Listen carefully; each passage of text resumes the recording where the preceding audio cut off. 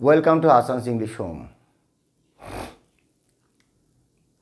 আমি কন্টিনিউ করতেছি কনজাংশন নিয়ে, যেটা আমাদের নানাবিধ দিক থেকে প্রয়োজনীয় সিলেবাসের বিভিন্ন সমস্যা সমাধানের লক্ষ্যে।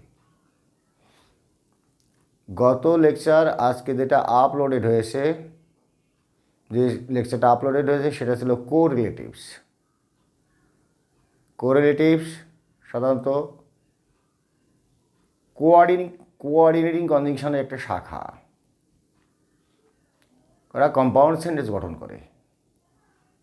আর আজকে হচ্ছে মূল কোঅর্ডিনেটিং কনজাংশনের উপর এখন আপনাদের সাথে শেয়ার করছি। বোর্ডের দিকে তাকান এবং একটা স্ক্রিনশট নিয়ে নিন।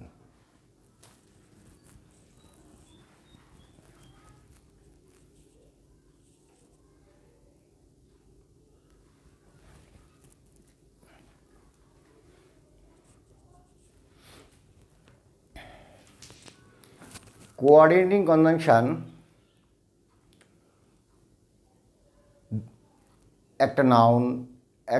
দুটো নাউন, দুটো প্রোনাউন, দুটো অ্যাডজেক্টিভ, দুটো ভার্ব, দুটো অ্যাডভার্ব, যে কোনো সমজাতীয় পার্টস অফ স্পিচ বা দুটো বাক্যাংশকে যুক্ত করে।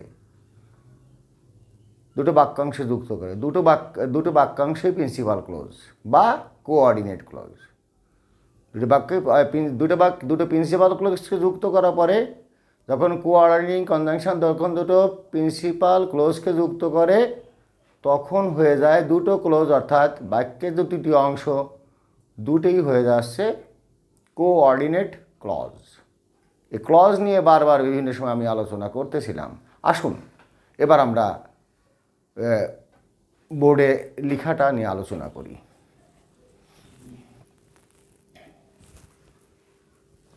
He work hard.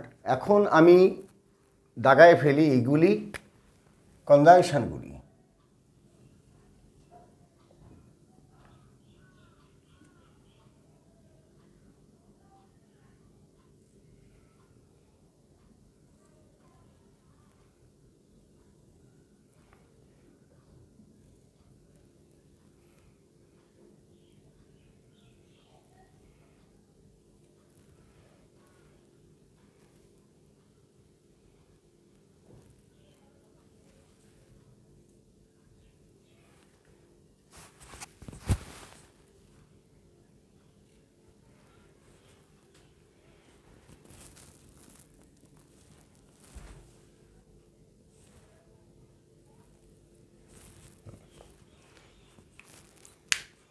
He worked hard and reaped good harvest. He worked hard and reaped good harvest. এখানে কোঅর্ডিনেটিং কনজাংশনটা হচ্ছে অ্যান্ড। আমরা বেশিরভাগই বলে ফেলি কি, কোঅর্ডিনেটিং কনজাংশন বললে যারা জানি বেশিরভাগ বলি অ্যান্ড, বাট, অর, এই তিনটের বেশি বলি না। আমরা স্কুল লেভেলে এরকম প্রাথমিক দিকে কিছু শিখেছিলাম। আচ্ছা, গ্রাজুয়ালি শিক্ষা জীবনের ধাপ উপরের দিকে যাওয়া, শিক্ষকতায় আসা, নানাবিধ দিক থেকে কাজ করার ফলে আরও বেশি শিখেছি, জেনেছি, আপনাদের সাথে সেটা শেয়ার করছি। You tried hard but could not reach to your goal. আপনি কঠোর পরিশ্রম করলেন কিন্তু আপনার নির্দিষ্ট গন্তব্যে পৌঁছাতে পারলেন না। বৈপরীত্যমূলক। বাট এখানে লক্ষ্য করবেন যে এখানে ইউ সাবজেক্ট আছে, বাটের পরে সাবজেক্ট নাই, অ্যান্ডের আগের অংশে সাবজেক্ট আছে, পরের অংশে সাবজেক্ট নাই। কোঅর্ডিনেটিং কনজাংশন দ্বারা যুক্ত বাক্যে দুটো বাক্যাংশের সাবজেক্ট যদি একই হয়, দ্বিতীয় অংশে দ্বিতীয় ক্লোজে সাবজেক্টের উল্লেখ করা লাগে না। যদি করা হয় সেটাও ভুল হয় না। যেমন you tried hard but you could not reach to your goal, এটা ও রাইট। আবার এখানে ইউ দেয়নি, এটাও রাইট। তাহলে রিপিটেশন যত এড়ানো যায় বাক্য তত শুনতে সুন্দর হয়। Study seriously or you will cut a sorry figure in the examination. Seriously পড়াশোনা করো, নাহলে এই পরীক্ষায় খারাপ ফল করবে। কাট এ সরি ফিগার, খারাপ করা। কাট এ গুড ফিগার, ভালো করা। তাহলে এখানে ইউ, আর এখানে হচ্ছে এটা ইম্পারেটিভ মুডে বলে প্রথম অংশে সাবজেক্ট নাই। Life is full of travels yet none wishes to die. এই ইয়েটটা এখানে কনজাংশন, কোঅর্ডিনেটিং কনজাংশন, যে জীবন ঝামেলায় পরিপূর্ণ, তারপরে কেউ মরতে চায় না, এত ঝামেলা নিয়ে আমরা বেঁচে থাকতে চাই। এই কিন্তু, তা সত্ত্বেও, তথাপিও, ইয়েট সেটাকে বোঝায়। আই ট্রাইড হার্ড, আমি খুব চেষ্টা চালালাম। Still I could not succeed, তা সত্ত্বেও আমি সফল হতে পারলাম না। এখানে স্টিল হচ্ছে আমাদের কোঅর্ডিনেটিং কনজাংশন। আমি বাক্যগুলোর যে বাংলাটা বলি খেয়ালটা শুনবেন, ওটা মনোযোগ দিয়ে, কেন বাংলা সহ এখানে লিখে দেওয়া সম্ভব না। Try hard otherwise you will fail, তীব্র চেষ্টা করো অন্যথায় তুমি ব্যর্থ হবে। তীব্র চেষ্টা করো অন্যথায় তুমি ব্যর্থ হবে। আদারওয়াইজ অনেকটা অরের সমার্থক, ইয়েট স্টিল আদারওয়াইজ এরা অরের সমার্থক শব্দ। তাহলে এখানে আদারওয়াইজ হচ্ছে আমাদের কোঅর্ডিনেটিং কনজাংশন। হি স্পয়েলড হিজ টাইম, সে তার সময় নষ্ট করলো। সো হি বিকেম আনসাকসেসফুল, তাই সে অসফল হলো। এখানে সোর পরিবর্তে আমরা দেয়ার ফোরও ব্যবহার করতে পারতাম, আমি ও পাশে লাস্টে ব্র্যাকেটে দিয়ে দিয়েছি।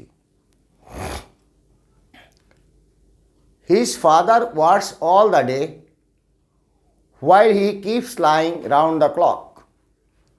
His father works all the day, তার বাবা সারাদিন কাজ করে। while এটা বাটের সমার্থক, কিন্তু সে সারাদিন বিছানায় 24 ঘন্টা বিছানায় শুয়ে থাকে। তাহলে while আসছে অনেকটা বাটের মতো কাজ করলো, যেখানে তার বাবা এটা করে সেখানে সে ওটা করে, বৈপরীত্যমূলক। বাট বৈপরীত্যমূলক কথা বলে, এগুলো বৈপরীত্যমূলক। The man has mass riches, লোকটার ব্যাপক সম্পদ আছে। Whereas he lives a poor life, এটা অনেকটা বাটের মতো। লোকটার অনেক সম্পদ আছে, রিচ অর্থ ধনী, রিচেস অর্থ ধন সম্পদ, সম্পদ, প্রাচুর্য। লোকটার অনেক সম্পদ আছে, তা সত্ত্বেও বলতে পারি, কিন্তু বলতে পারি, তথাপিও বলতে পারি যে তিনি নিম্নমানের জীবনযাপন করেন বা দরিদ্রের মতো জীবনযাপন করেন। We listened to him with rapt attention, তার কথা আমরা গভীর মনোযোগের সাথে শুনলাম। ফর, কারণ হি স্পোক ফর আস, তিনি আমাদের পক্ষে কথা বলতেছিলেন। এখানে ফরটা আসছে, দেখেন আমরা জানি ফর প্রিপোজিশন, কিন্তু এখানে ফরকে পেলাম coordinating conjunction. I don't want my child to be rude, nor I want him to be more polite. আমি আমার বাচ্চাকে কর্কশ রূঢ় হোক তা চাই না, আবার এটাও চাই না যে সে খুব ভদ্র হোক, শান্তশিষ্ট লেজ বিশিষ্ট এমন হোক তাও চাই না, আবার বেশ রাফ বাজে আচরণে তা হোক তাও চাই না। এই যে শুধুমাত্র নাইদার নর না, শুধুমাত্র নর, এখানে coordinating conjunction. Dress as you like, যেমন খুশি তেমন পোশাক পরো, পোশাক তোমার খুশি মতো পরো। ইট অ্যাজ ইউ লাইক, তোমার খুশি মতো খাও। এই মতো অ্যাজ দ্বারা যখন বোঝায় মতো, যেটা যুক্ত করার কাজ করে, তখন সেটা হচ্ছে coordinating conjunction. Jihad as well as his friends is practical. আমরা রাইট ফর্ম ভার্বে আরও অনেক আছে, as well as, with, along with, together with, in addition to, accompanied by, এটা সবাই কনজাংশন। আমরা সেখানে পড়ছিলাম কি, যে এদের দ্বারা দুটো সাবজেক্ট যুক্ত হলে প্রথম সাবজেক্টের নাম্বার ও পার্সন অনুসারে ভার্ব পরিবর্তিত হয়। ওখানে দেখেন ভার্বটা আছে ইজ। আর এখানে জিহাদ এবং হিজ ফ্রেন্ডস দুটো সাবজেক্ট যুক্ত হয়েছে, প্রথম সাবজেক্ট জিহাদ, তাই জিহাদের কারণে বসছে ওখানে ইজ। জিহাদ third person singular number, is. আর যদি ফ্রেন্ডস আগে থাকতো তাহলে হতো আর। আপনারা গভীরভাবে দেখবেন, কোনোটা না বুঝতে পারলে আমাকে কমেন্ট বক্সে জানাবেন, আমি উত্তর দেব। কমেন্ট বক্সে উত্তর সঙ্গত কথাবার্তা বললে, সঙ্গত প্রশ্ন করলে আমি খুশি হই এবং অত্যন্ত খুশি হয়ে আপনাদের জবাবগুলি আমি দিই। আমি খুবই খুশি হই যারা কমেন্ট করেন। আজকের মতো এখানে শেষ করছি। সবাইকে ধন্যবাদ।